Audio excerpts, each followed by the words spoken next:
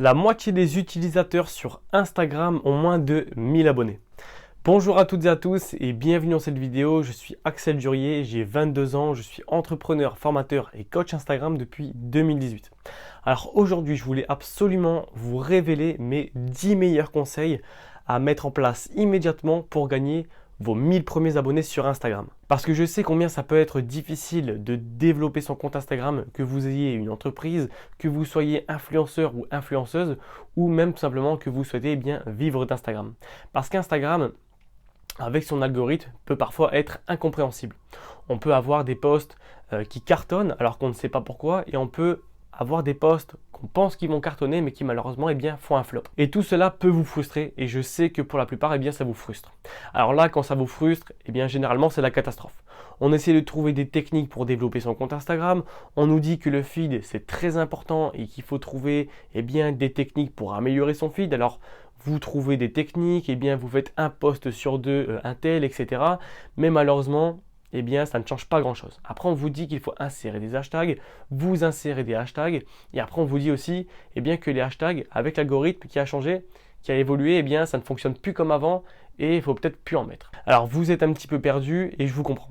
Et c'est pour ça que justement qu'aujourd'hui, dans cette vidéo, je vais vous montrer quels sont mes 10 meilleurs conseils pour atteindre vos 1000 premiers abonnés sur Instagram.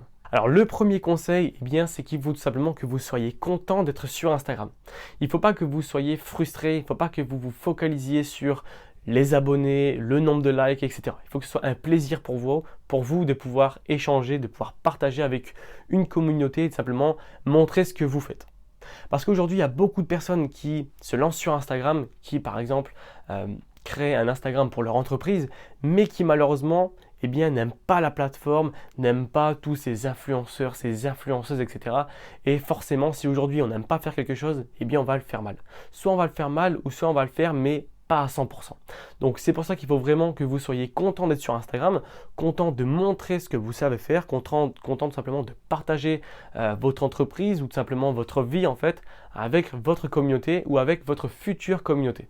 Alors le conseil numéro 2, c'est tout simplement que vous devez être authentique avec vous-même et authentique avec votre communauté. Alors pourquoi être authentique? Déjà premièrement, être authentique, ça vous permet de pouvoir vous différencier de vos concurrents. Et c'est peut-être ce qui fera en sorte que vous allez pouvoir sortir du lot. Alors aujourd'hui, toutes les grandes personnalités, que ce soit les acteurs, que ce soit les footballeurs, les rappeurs, etc., peu importe, le fait qu'ils soient 100% authentiques avec eux-mêmes et avec leur audience, qui montrent leurs qualités et leurs défauts, c'est ce qui leur a permis de pouvoir se différencier de la communauté, se différencier de leur concurrence, un petit peu comme si je prenais exemple sur Serge Gainsbourg, ou ça peut être par exemple Ibrahimovic, etc. Donc soyez vous-même, restez authentique et de toute façon, il n'y en a pas deux comme vous et tous les autres sont déjà pris. Alors parfois ça peut être difficile d'être 100% authentique avec sa communauté. Pourquoi? Parce que généralement vous avez peur du regard des autres.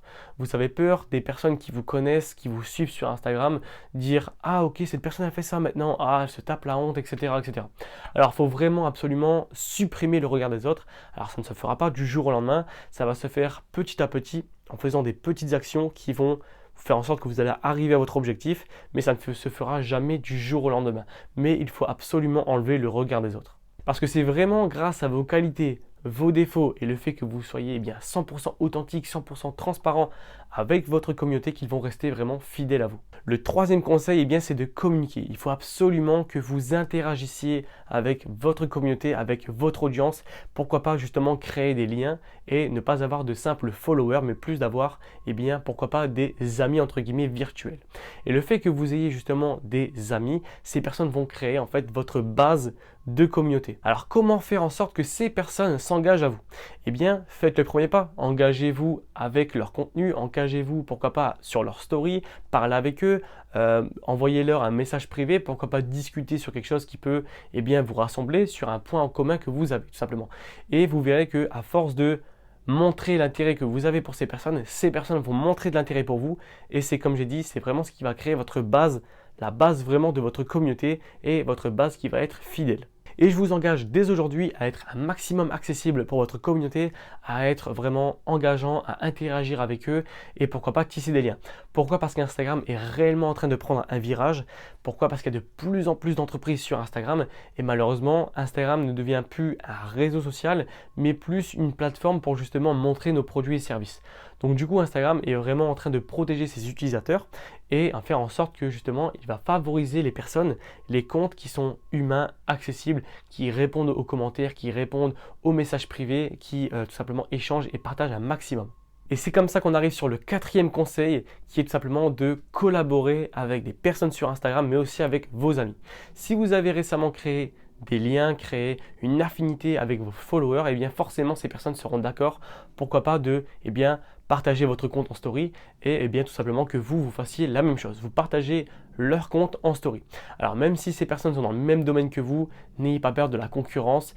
Pourquoi? Parce que vous allez tout simplement entre guillemets, prendre une partie de ses abonnés et lui va prendre aussi une partie de vos abonnés. Donc du coup, ensemble, vous allez tout simplement grossir votre communauté. Et ça marche réellement, il faut le faire à chaque fois, pourquoi pas une fois tous les 2 semaines avec une personne différente et vous verrez que votre communauté va se grossir naturellement.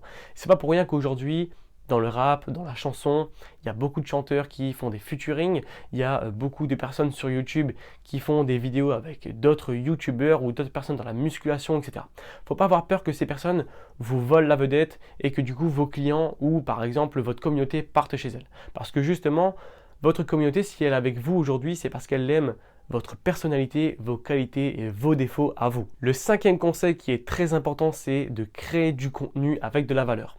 Il faut absolument que soit vous inspirez les personnes qui vous suivent ou soit que vous apportez de la valeur, des conseils, des astuces, peu importe. Et racontez quelque chose. N'ayez pas peur de justement, comment on dit,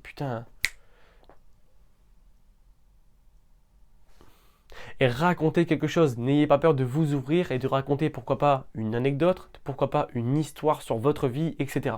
C'est surtout si vous êtes influenceur ou influenceuse, ça va intéresser énormément de personnes de justement pouvoir vous connaître encore plus et de pouvoir connaître des moments de votre vie qui vous ont marqué. Si aujourd'hui vous n'apportez pas de valeur, vous n'inspirez pas les personnes et vous ne racontez rien sur vous, pourquoi les personnes vont s'intéresser à vous? Il n'y a aucune raison pour que les personnes s'intéressent à vous. Alors, racontez quelque chose, que ce soit de votre vie, que ce soit de votre domaine, de votre entreprise, peu importe, mais aujourd'hui, apportez un maximum de valeur. Et un point aussi qui est important, c'est de créer du contenu qui va intéresser votre audience et pas le contenu qui vous intéresse. Parce qu'aujourd'hui, il y a beaucoup de personnes qui créent du contenu, mais qui se rendent compte que le contenu n'est pas vraiment intéressant pour leur audience parce que c'était vraiment du contenu qu'eux-mêmes souhaitaient créer et pas vraiment le contenu que leur audience ait envie. Donc aujourd'hui, si tu souhaites créer du contenu, alors il est important que ce contenu te plaise, mais il est aussi important que le contenu intéresse ta communauté. Une phrase justement qui illustre bien ce conseil, c'est une phrase d'un entrepreneur qui s'appelle Alexandre Rose qui disait tout simplement de donner ce dont les gens avaient envie et non de donner ce dont les gens avaient besoin. Et ça, c'est très important. Le 6e conseil à absolument mettre en place aussi, c'est que vous devez créer votre propre identité visuelle. Vous avez sûrement déjà entendu parler du personal branding, qui en français est la marque personnelle. C'est-à-dire que vous devez créer votre propre marque personnelle, votre propre identité visuelle qui fait en sorte que les personnes, dès qu'elles vont voir un de vos posts, elles vont absolument l'identifier à vous-même. Donc pour ça, pour créer sa propre marque personnelle, vous devez choisir une couleur prédominante qui va ressortir sur la plupart de vos posts ou pourquoi pas sur vos stories enregistrées, pourquoi pas sur le fond de votre photo de profil par exemple. Et pourquoi pas aussi avoir une certaine forme sur vos posts. Par exemple, ça peut être une bannière, ça peut être la forme du titre, ça peut être la forme de la photo, ça peut être les contours, peu importe. Quelque chose qui va faire en sorte que vous allez pouvoir vous différencier de vos concurrents. Le 7e conseil absolument à mettre en place, c'est qu'il faut que vous soyez régulier ou régulière dans vos posts comme dans vos stories. Pourquoi? Parce qu'Instagram n'aime pas du tout les personnes, les utilisateurs qui ne sont pas du tout constants, qui par exemple durant un mois vont poster par exemple tous les jours et qui pendant après 2-3 mois ne vont plus du tout poster. Donc il faut absolument mélanger qualité et quantité, c'est très important. Ça ne sert à rien de poster pour dire de poster si votre contenu n'est pas intéressant et si c'est juste pour en dire à Instagram que vous êtes actif, ça ne sert à rien. Il faut vraiment mélanger qualité et quantité. Et forcément, plus vous allez passer du temps sur Instagram, plus vous allez être régulier ou régulière, plus vous allez faire en sorte que votre communauté va passer plus de temps sur Instagram et c'est ça réellement que cherchent toutes les plateformes, tous les réseaux sociaux. Le 8e conseil, eh bien, c'est tout simplement d'insérer quelques hashtags. Il y a beaucoup de personnes sur Instagram qui soit n'insèrent aucun hashtag sur leur post ou soit tout simplement qu'ils en insèrent beaucoup trop. Moi, ce que je te conseille, c'est justement de trouver un bon équilibre. Si aujourd'hui, tu n'as pas envie de mettre de hashtag parce qu'il y a beaucoup de personnes qui se disent oui, ça va baisser l'image de mon compte, ça va baisser mon image, ma notoriété, je préfère c'est un petit peu une question de fierté, je préfère ne pas mettre de hashtag. Moi, ce que je te conseille, ou alors il y a tout simplement des personnes qui se disent ah non, les personnes vont trouver ça moche sur mon post, etc. Les personnes sont beaucoup trop éduquées sur Instagram, que ce soit sur Instagram, Twitter, Facebook, ils savent, tout le monde utilise les hashtags. Alors moi, je te conseille vraiment d'en utiliser au moins quelques-uns. Tu verras, ça va améliorer la portée de tes posts et tu vas attirer plus de personnes et tu auras du coup au fur et à mesure plus d'abonnés sur Instagram. Le 9e conseil pour gagner vos 1000 premiers abonnés, eh bien, c'est d'être actif en story. C'est très important de devoir mettre des stories. Si aujourd'hui vous n'êtes pas régulier, vous n'êtes pas actif justement sur les posts parce que justement vous préférez conserver la qualité de vos contenus, et bien justement mettez un maximum de stories pour justement montrer un petit peu l'arrière de tout ce business, de toute cette entreprise ou tout simplement de votre vie. Si par exemple vous n'êtes pas actif ou active en postant du contenu tous les jours 5 à 7 fois par semaine, et bien au moins si vous êtes active ou actif en story, Instagram va comprendre, va compenser, ça va un petit peu faire la balance et montrer que vous êtes quand même active ou actif sur la plateforme. Et puis les stories, c'est très important pour pas mal de choses, pour montrer un petit peu l'arrière du business, l'arrière de l'entreprise, l'arrière de votre vie ou pourquoi pas pour promouvoir des services ou des produits. Le 10e conseil qui est très important et qui est le dernier, c'est que vous devez être absolument patient et patiente.